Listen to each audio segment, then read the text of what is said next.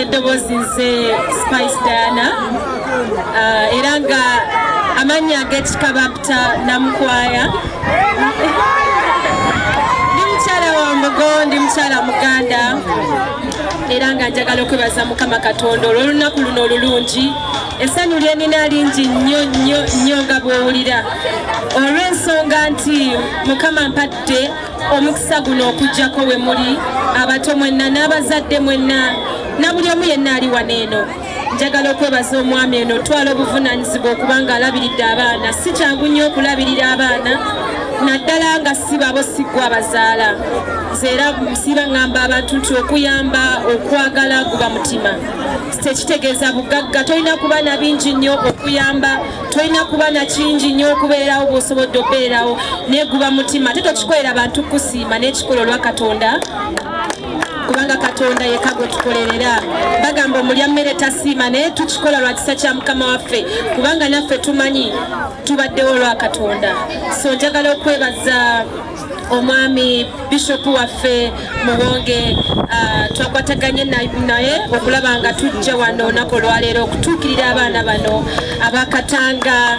Hope for Katanga era nga wamu ne KCC Kampala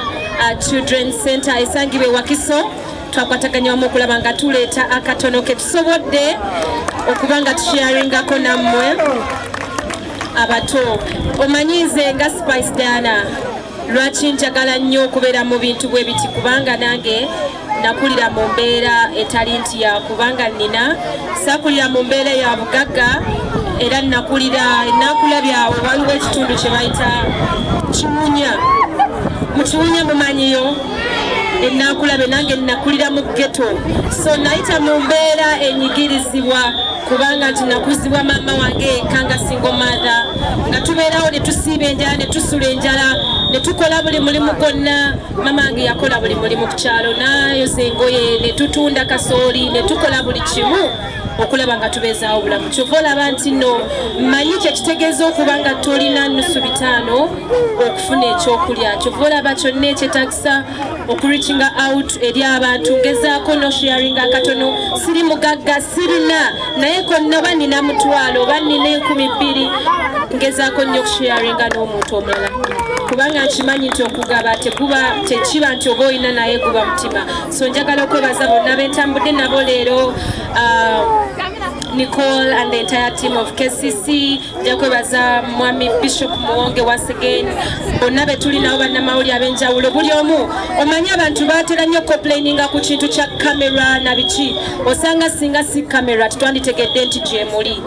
singa ebintu bino tebibeera ku mitimbagano oba amawulire oba social media zitwanditegedde nti eri abaana beetaaga obuyambi kyova olaba nti cameras kintu kirungi nnyo era tugenda mu maaso okukwata ebifaananyi bino tubiteekayo ku mitimbagano era ojja kulaba nga abantu bangi bayongedde okujja wano mu Katanga